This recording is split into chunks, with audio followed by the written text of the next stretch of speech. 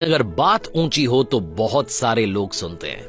Hi guys, मैं हूं RJ Kartik. एक छोटी सी कहानी। ये कहानी एक लड़के की, 24 साल का लड़का जो सेठ के यहाँ पर नौकरी करता था। उसके माँ बाप इस दुनिया में नहीं थे। जिंदगी बड़ी परेशानी में चल रही थी।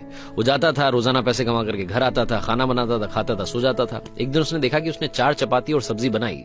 हाथ मुंह धोकर के वापस आया, तब तक 3 बची। दूसरे दिन भी यही हुआ। तीसरे दिन उसने ध्यान रखा और चूहे को पकड़ लिया। एक चूहा मोटा सा चपाती लेके जा रहा था। चूहे को पकड़ा तो चूहे ने कहा कि भैया मेरी किस्मत का क्यों खा रहे हो, मेरी चपाती तो मुझे ले जाने दो। तो लड़के ने कहा बेटा मेरे पास में ज्यादा पैसा नहीं, सिर्फ 4 मैंने बनाई है चपाती, उसमें से एक तुम ले जा रहे हो, मैं क्या करूंगा, मेरी जिंदगी ने मुझे बेहाल कर रखा है। तो चूहे ने कहा कि तुम्हारे सारे सवालों के जवाब तुम्हें एक इंसान दे सकता है। लड़के ने पूछा कि कौन है? तो चूहे ने कहा कि गौतम बुद्ध हैं, उनके आश्रम में जाओ, उनसे अपनी जिंदगी के बारे में पूछो, वो तुम्हें रास्ता बताएंगे कि करना क्या है। लड़के ने कहा बहुत बढ़िया बात है। चूहे की बात मान ली, गौतम बुद्ध से मिलने के लिए चल पड़ा। सेठ से छुट्टी ले ली 5-6 दिन की। रास्ता लंबा था, रात हो गई। इस लड़के को कुछ दिखाई नहीं दे रहा था। थोड़ी दूर पर एक हवेली दिखाई दी, वहां गया, जाकर के शरण मांगी। हवेली की मालकिन ने पूछा कि बेटा कहां जा रहे हो? तो लड़के ने कहा कि गौतम बुद्ध के आश्रम जा रहा हूं, उनसे मिलने के लिए। तो मालकिन ने कहा कि बहुत बढ़िया जगह जा रहे हो, गौतम बुद्ध से हमारे एक सवाल का जवाब लेकर के आना, अगर वो सवाल का जवाब दे दें। तो लड़के ने कहा जरूर, आपका सवाल पूछूंगा, बताइए। तो हवेली की मालकिन ने कहा कि बेटा मेरी 20 साल की बेटी है, जो 20 सालों से एक शब्द नहीं बोली है, बोल नहीं सकती है। बस उनसे पूछ लेना कि ये बेटी कब बोलेगी। ये बोलते बोलते उनकी आंखों में आंसू आ गए। लड़के ने कहा माता जी आप परेशान मत हो, मैं जाऊंगा और आपके सवाल का जवाब जरूर लेकर आऊंगा। लड़का अगले दिन चल पड़ा। रास्ता बहुत ज्यादा लंबा था। रास्ते में उसे बड़े बड़े पहाड़ मिले, ऊंचे ऊंचे पहाड़, बर्फ वाले पहाड़। उसे समझ नहीं आ रहा था कि कैसे पार करूंगा, बड़ी देर हो जाएगी। तभी उसे एक जादूगर दिखाई दिया जो वहां बैठकर के तपस्या कर रहा था। जादूगर के पास गया, उससे बोला कि मुझे गौतम बुद्ध से मिलने के लिए जाना है, रास्ता तो बहुत ही परेशानी वाला लग रहा है, कैसे मैं पार करूंगा? तो जादूगर ने कहा कि गौतम बुद्ध से मिलने जा रहे हो, मेरे एक सवाल का जवाब लेकर के आ जाना, तुम्हें फटाफट से पार करा दूंगा। लड़के ने कहा आपका सवाल बताओ। तो जादूगर ने कहा कि 1000 सालों से यहां पर इसी पहाड़ पर तपस्या कर रहा हूं स्वर्ग जाने के लिए, मुझे समझ नहीं आ रहा कि स्वर्ग कब जाऊंगा। तो लड़के ने कहा ठीक है, आपके सवाल का जवाब लेकर के आते हैं। जादूगर ने छड़ी घुमाई, लड़के को पहाड़ पार करा दिए। मैदानी इलाका आ गया। वहां पर एक बड़ी सी नदी थी। लड़के के सामने फिर से समस्या थी कि अब ये नदी कैसे पार करें।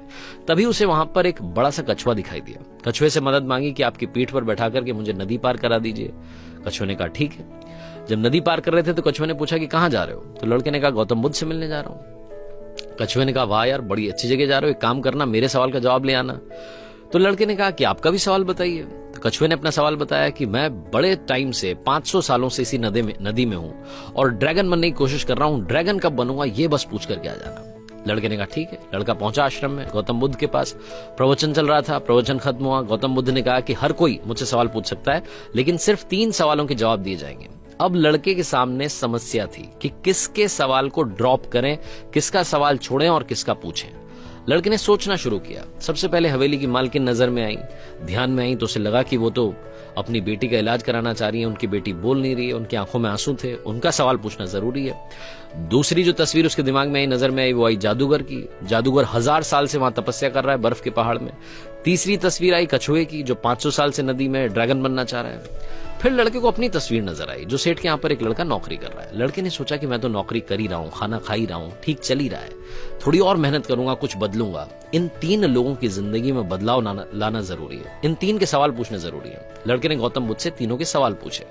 गौतम बुद्ध ने जवाब दिया सबसे पहले हवेली की मालकिन के सवाल का। उन्होंने कहा कि उस मालकिन की जो बेटी है 20 साल की, उसकी जैसे ही शादी होगी वो लड़की बोलना शुरू कर देगी। दूसरे सवाल का जवाब देते हुए गौतम बुद्ध ने कहा कि जो जादूगर है उससे कहना कि वो छड़ी छोड़ दे, जिस दिन उसने छड़ी छोड़ दी, छड़ी का त्याग कर दिया, वो स्वर्ग चला जाएगा। तीसरा सवाल था कछुए का।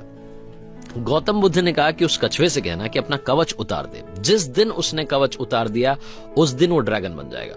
लड़के ने नमस्कार किया, प्रणाम किया, चल पड़ा वापस। रास्ते में कछुआ मिला। कछुए से कहा कि भैया कवच उतार दो। गौतम बुद्ध ने कहा तुम ड्रैगन बन जाओगे। कछुए ने जैसे ही कवच उतारा, मोती ही मोती निकल आए। कछुए ने कहा मोती का मैं क्या करूंगा, आप ले जाओ। लड़के को मोती दे दिए और कछुआ ड्रैगन बन गया।